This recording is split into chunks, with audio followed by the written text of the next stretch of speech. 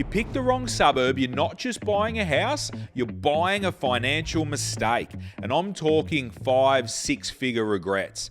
Some agents will show you a stunning house, but leave out the fact that it's in a ghost town, zero growth, high vacancy, and no rental demand. In this episode, I'll break down exactly why suburb research is a non-negotiable for all you property players out there, and reveal a 10-point checklist that'll save your wallet and your future. Hey guys, welcome back to Peter Kelly Property. Pumped for another one today. We're going to dive into suburbs. Location, location, location. And this is a massive one for me, and it always has been. And it's always served me really, really well. Location's king, and you got to do your research and due diligence. Let's get into it. All right, guys, let's dive into the common pitfalls where people go wrong with suburb selection, okay? We're talking about overdevelopment and oversupply. So looking at the eastern seaboard of this amazing country, we're looking at Fortitude Valley in Brisbane. We're looking at Parramatta in Sydney. We're looking at the Docklands in Melbourne. All these areas have had massive development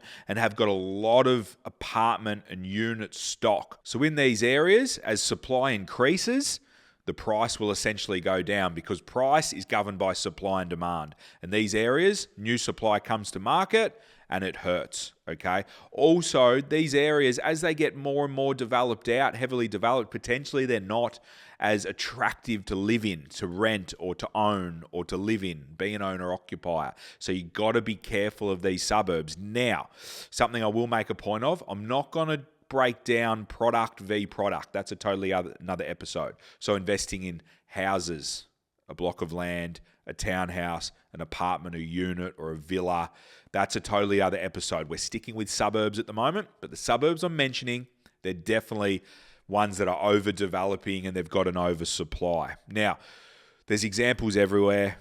When I was in real estate, really interesting one was selling units and apartments in Footscray. That's probably another area of Melbourne where there's an overdevelopment and oversupply of particular dwellings. And we would be selling units for people. They might have owned them for 5, 6, 7 years. And back then, we're talking probably a decade ago, and nothing's really changed. It's the same old story for this type of stuff in these type of areas, but they might have bought it for $250,000 and we're selling them for $220,000. So adding on stamp duty, there could be body corporate rates, property management rates, maintenance costs, all these sorts of things there. That's a substantial loss in that asset, and that investment isn't even keeping up with inflation. So really, really sort of bad investments. And ultimately, the easier ones that you can get into, so if they're cheap and they look cheap and they feel cheap and they're easy to buy, they're the ones that you don't want to get involved with, because obviously you got that oversupply, but also the supply demand metrics are out because it is cheap, easy to get into, investors are selling them everywhere.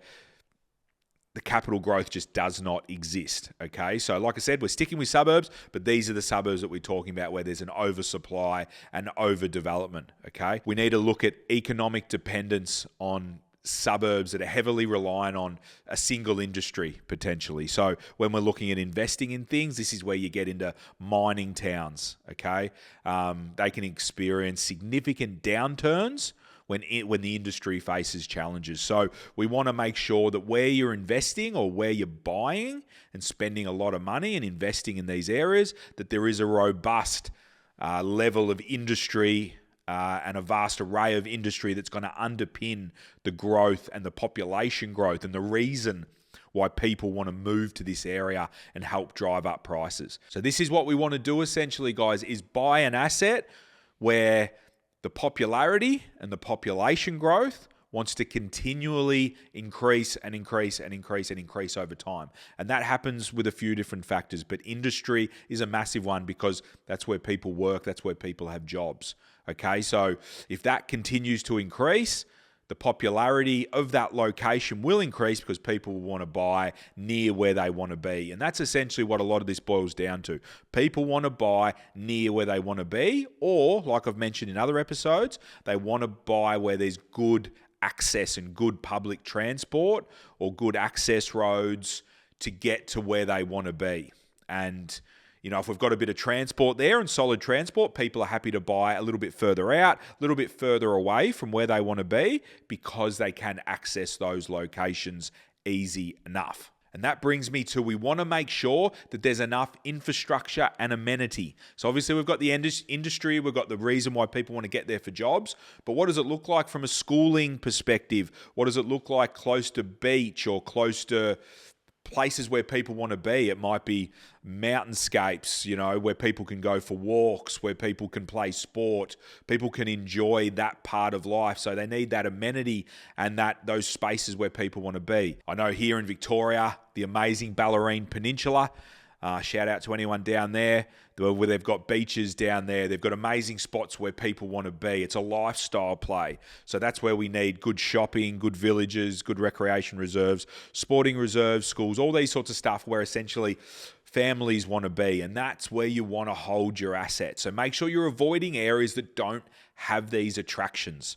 The more and more attractions these places have, or potentially they're poised to increase these attractions, that's a good one because you'll see that growth happen over time.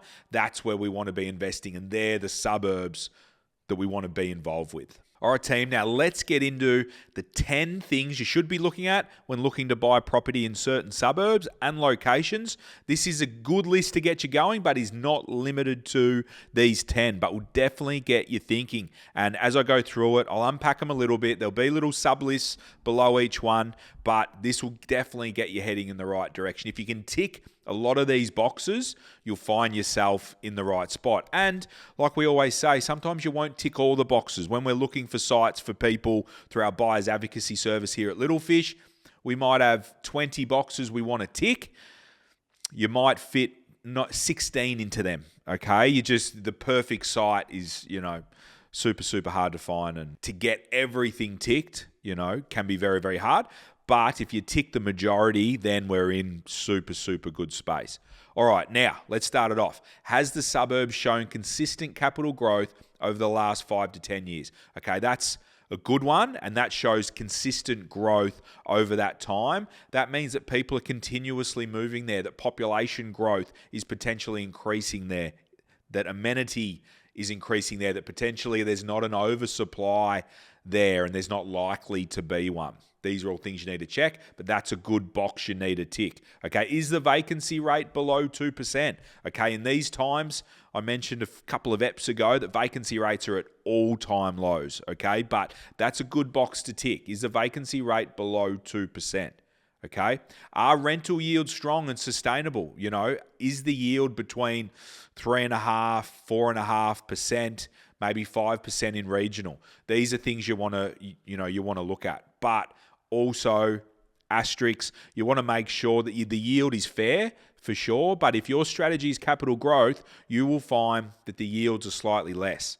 The bigger yields you chase, they usually correlate to less capital growth. And we're capital growth. We love capital growth. Capital growth, when it goes, will pick up, all that yield. But you do want to sort of have a foot in both camp. But that's an important one. It's not just about yield. It's about capital growth that you're chasing also. Okay. Is the population growth trending upwards? Okay. Or is it shrinking?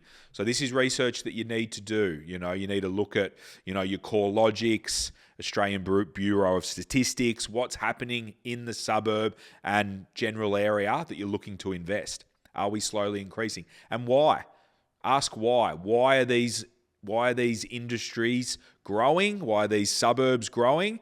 And if you can pin that down, then you want to understand the numbers that you're reading as well. So if the population growth is trending upwards, why is it? Maybe new companies are moving there. Maybe there's these reasons why people are slowly but surely growing into these areas. Again, are there major infrastructure projects underway? Schools, rail, roads, all these sorts of things that make that area a place where people want to be. That's where we want to invest. Places where people want to be. What's the owner-occupier versus investor ratio? Okay, this is an important one because areas that have good, solid owner-occupier percentages, they see great capital growth because owner-occupiers push prices up. They want to be there. They want to be in the school zone. They want to be close to transport. They want to be close to wherever they want to be, wherever people want to be. Owner-occupiers will drive markets. Investors rely on their numbers more so. The numbers don't lie. They're chasing potential capital growth, potential yield, but they won't go and compete for, there's less of them that will go and compete for properties. They will go, bang, that's my number. I don't hit my number. I'm out. I'll look at the next one. Owner-occupiers, they fall in love with the property. They compete for it. They drive prices up. Okay, next one. Is the local economy diversified or is it tied to one industry? Like I mentioned earlier, super important. What's driving the growth of this area? Okay, is it multiple industries? Is there other industries coming to the area? Like we said, the old mining towns, the mine shuts down, property prices plummet. Okay, so that's a good one to watch. Is there lifestyle drivers? Like I mentioned earlier, cafes, parks.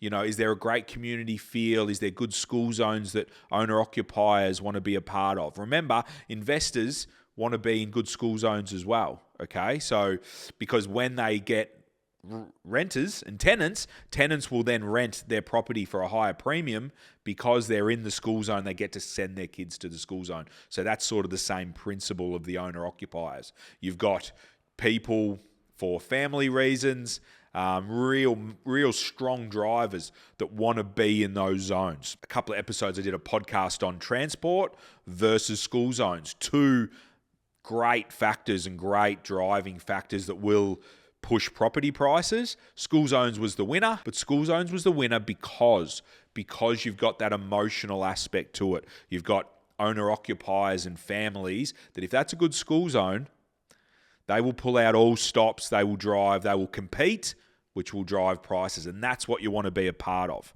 Okay, next one. What's the typical days on market and auction clearance rates for that area? That's a good little one to compare the pair on different suburbs you're looking at, because that will tell you the energy that's in that marketplace. That will tell you the drive that's in that marketplace for buyers looking to buy product in that area. So that's a good one. And for any of these metrics, it's great for you to pick out multiple areas that you're looking to buy in and invest in. So if you're an owner-occupier, it might be a couple of neighbouring suburbs. But if you're a wider, buy and hold investor type person that might be looking in different states, important to compare the pairs. That's a great way, and that's what we do here at Little Fish. When we're looking to buy sites for people, it's important that we pull out a handful of sites and compare, because that's the best way for the right one and the best one to stick its head up and show itself.